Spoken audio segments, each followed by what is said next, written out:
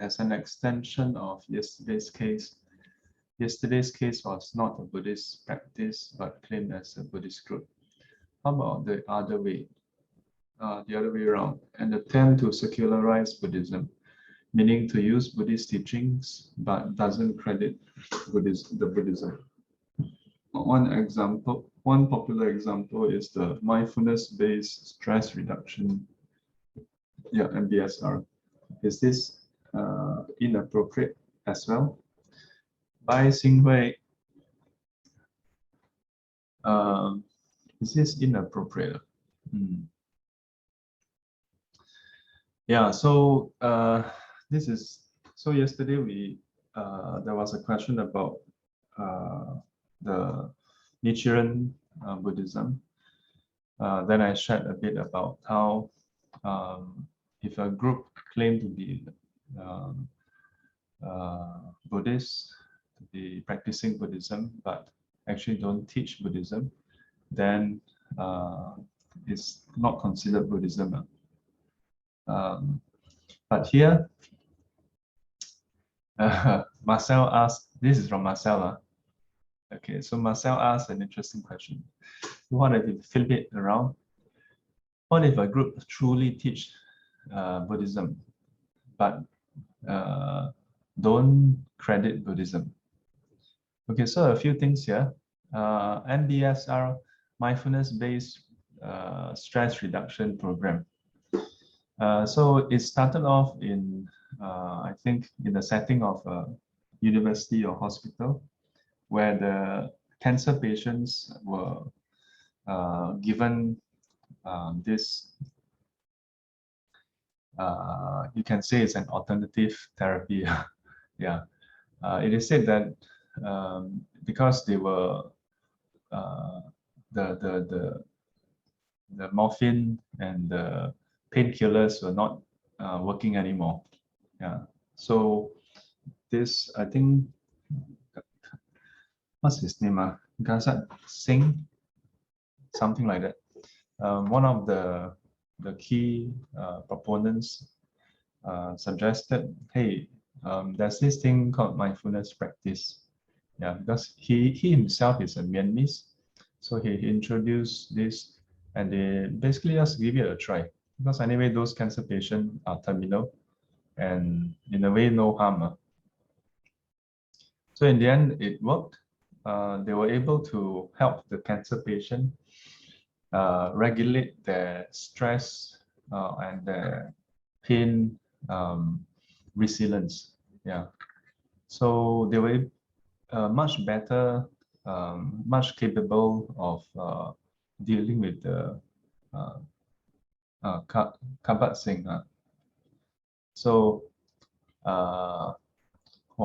Xuyin immediately search online. So,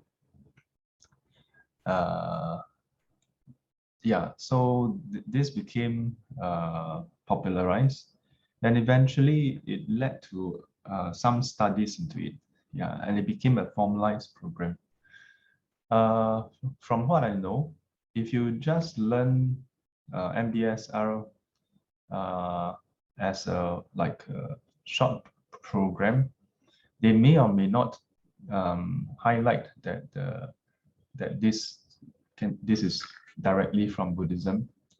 But if you go for those more formal one, it is actually part and parcel of the material.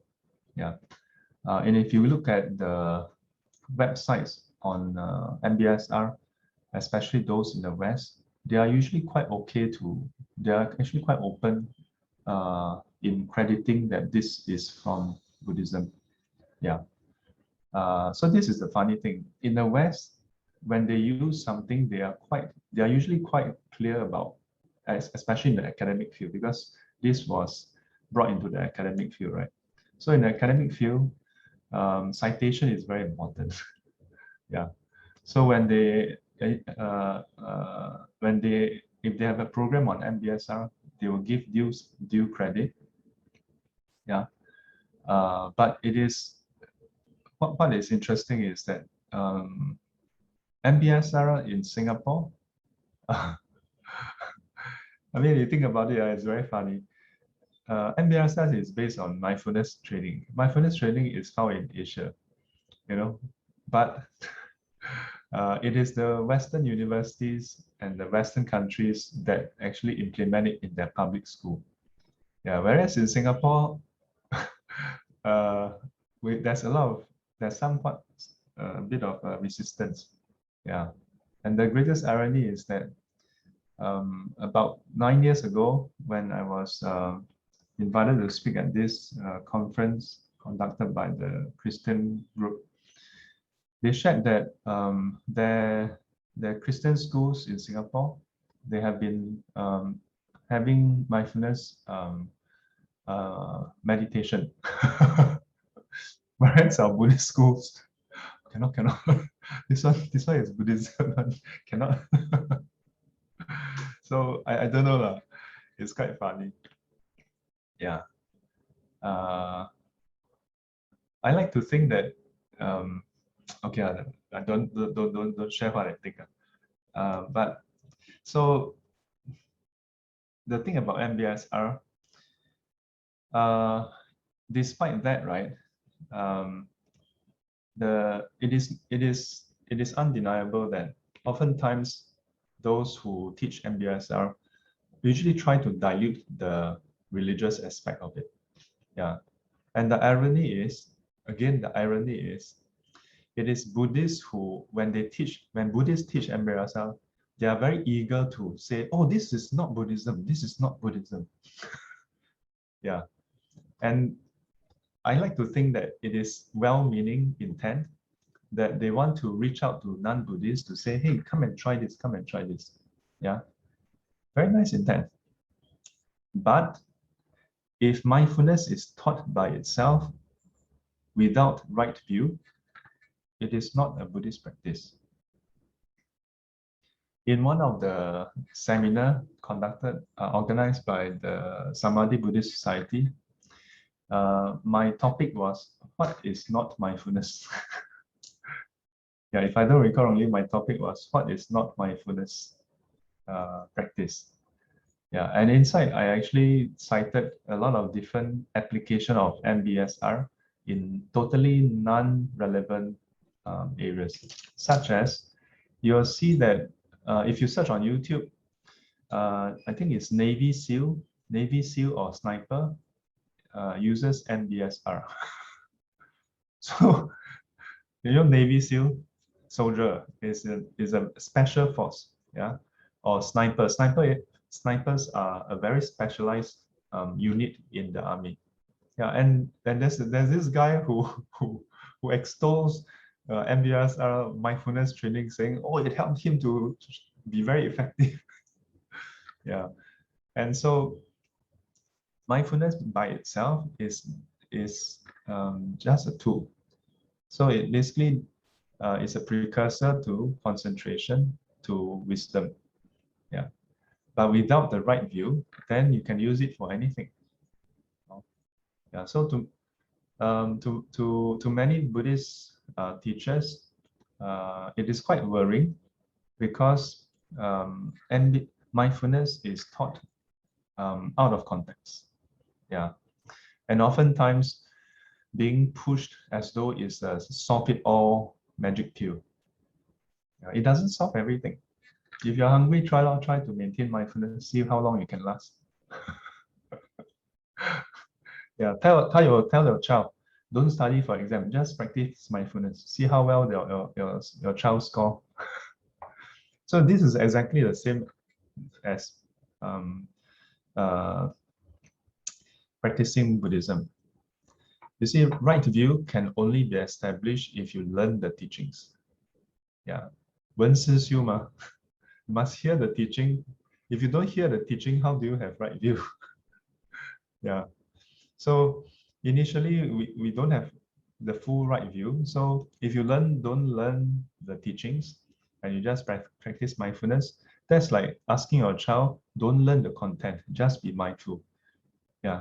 Your child during exams will be very mindfully knowing clearly that he don't know how to answer the question. And maybe because he's very mindful, he's also aware that there's some nervousness arising. And he's very clear, nervous, nervous, nervous. And maybe through the mindfulness, he can also quell the nervousness. Yeah. But if he don't study for exam, he's gonna fail. And then when he come back, you ask, how was today's paper? Yeah, he'll tell you, yeah, I'm very clear. Yeah. So how is it? I'm very clear I will fail. Yeah. So the concern is one, mindfulness is being taught outside of the framework of the Eightfold Path. And number two is that it is taught as though it can solve everything. It doesn't solve everything. Buddha never said that mindfulness can solve everything. It says mindfulness, when practiced rightly, within the Eightfold Path context, can lead to enlightenment. So must be clear about this. But related to this is there are also Buddhist teachers who try to teach Buddhism without Buddhism, without Buddhist terms. And again, I say it is with the best intent, yeah, very kind intent, hoping that non-Buddhists can learn the teachings also. Maybe I'm selfish, okay? I say this online, maybe I'm selfish. But last I checked, 11 years ago, now it's 2021, right? The 2020 census should be out soon. Yeah. Let's see how much more have we fallen. Year 2000, we were at about 40 over percent. Yeah. Year 2010, Buddhist population was at about 33%, dropped by almost 10%. Yeah. But the actual number of Buddhists actually didn't fall. Yeah. It is the population that grew. It just meant that we didn't grow as fast as the whole population of Singapore. Buddhism is not a number scheme, right? Yeah, we're not in, like McDonald's going for numbers. But if you just go look at the population, right? If we remain stagnant, we have approximately 1.5 to 1.6 million Buddhists. Okay, assuming zero growth, okay? And because population grow, we will continue to decline. Never mind. My point is this. Do you think the 1.5 million Buddhists that is registered as Buddhists already know Buddhism? No, right? So why are we so eager or like why is our focus on non-Buddhists? You know, it's like imagine a teacher don't teach his own students in his class and keep on trying to teach those who are not in school. If a teacher quit his job and try to reach out to the school to the students outside, that's wonderful also, right? But the first primary duty of teachers is to teach those who actually sign up for school, right? So to me, this is another worrying trend where a lot of Buddhist teachers seem very eager to dumb down Buddhism. Yeah, don't use Buddhist term. Don't use any Pali, any Sanskrit term. Don't use any of this term. Yeah, in fact, don't tell people this Buddhism. Otherwise, non-Buddhists want to learn. It's like Buddhists don't even know. You're worried that non-Buddhists don't know. Yeah. And my point is, and why is there a big need for that? Because you think about it, between Buddhists and non-Buddhists, if Buddhists themselves don't even know the Dharma, non-Buddhists, do you think they will learn Dharma more readily? Already this group is captured audience, right? Yeah. And this group, if we say that, oh, we're having difficulty reaching out to them, then we should be trying harder. Yeah. So related to this, I have this concern. Yeah. And that's why in class, I usually still insist to throw in some Pali terms, Sanskrit terms, uh, and the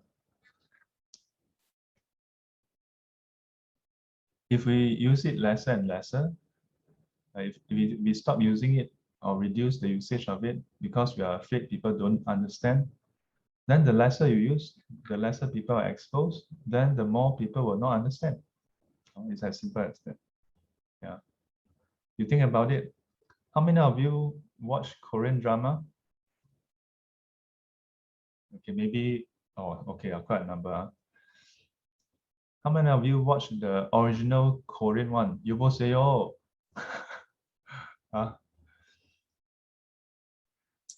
I think for most of you at this age, you are not so crazy as to go and learn Korean songs.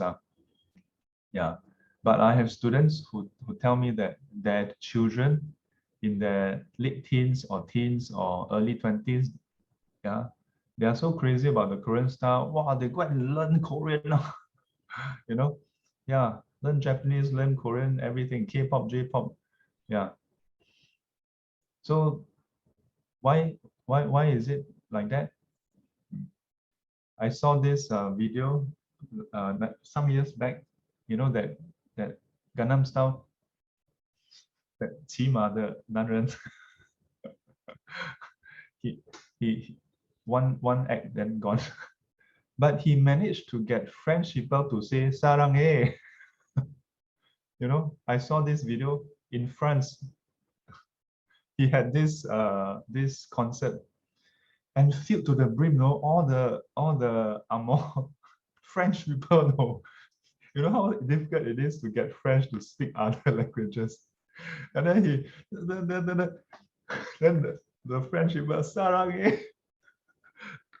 That was like when I saw that, it got me to think we should be. It's not that we should be attached to the language, you know. It's not that we should be attached to Buddhism, but we should not be ashamed of it. If we have something good, people will learn your language.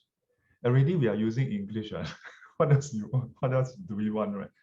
Yeah. Oh. So don't worry about what other people do, what we do. Oh. So when we share, if we do share Buddhism with others, how do we share? The first thing is don't be shy to let people know that you are Buddhist. Yeah, I know that there are some people, maybe not a lot, maybe a lot, I don't know. At work, they don't dare to tell anyone that they are Buddhist. Yeah. Do you all let people know that you are Buddhist? Yeah. Very good. Very good. 2 thumbs up. Yeah. You know, when I was young, I was told, next time in future, when you go out to work, even in school, don't let people know you're Buddhist. Why? Because you will get marked. Yeah. Your teacher, your bosses, if they know that you're Buddhist, you will not move up. That's not true. My own experience, I'm openly a Buddhist. I went for a novice retreat, short-term monk retreat, came back like that. What happened to you? I said, I went for a monk retreat. So the whole office know. I still get promoted. Don't it is when we are afraid to let people know, we hide the fact that we are Buddhist. Then Buddhism will decline. Be proud to be a disciple of an enlightened one. Go forth and let people know that the way to enlightenment has been opened 2,600 over years ago. 愿消三障诸烦恼，愿消三障诸烦恼，愿得智慧真明了，愿得智慧真明了。不愿罪障悉消除，不愿罪障悉消除，世世常行菩萨道。世世常行菩萨道。阿弥陀佛。阿弥陀佛。 Till we meet again, may be guided and protected by the Buddha, Dhamma, and the Sangha. Sadhu, sadhu, sadhu. As always, God guide. All right. Have an enlightening day ahead. Beautiful. Beautiful. Okay. Bye-bye.